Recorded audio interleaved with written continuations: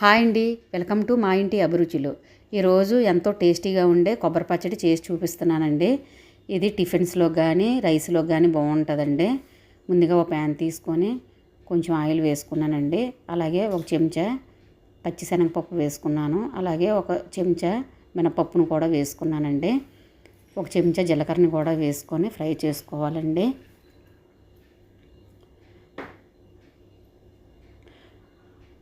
Fry అయిన తర్వాత మన కారానికి తగ్గట్టుగా ఎండుమిరపకాయలని కూడా వేసుకొని ఫ్రై చేసుకోవాలండి.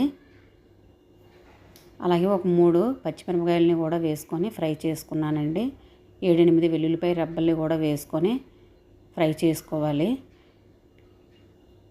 ఇప్పుడు ఒక నిమ్మకాయ సైజు చింతపండుని కూడా వేసుకొని ఫ్రై చేసుకున్నానండి. అలాగే కొబ్బరి ముక్కల్ని కూడా వేసుకున్నాను.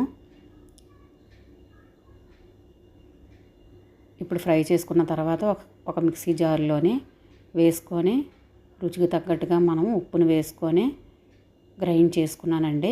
ఇప్పుడు పోపు దినుసులన్నీ వేసుకొని తాలింపు పెట్టుకోవాలండి.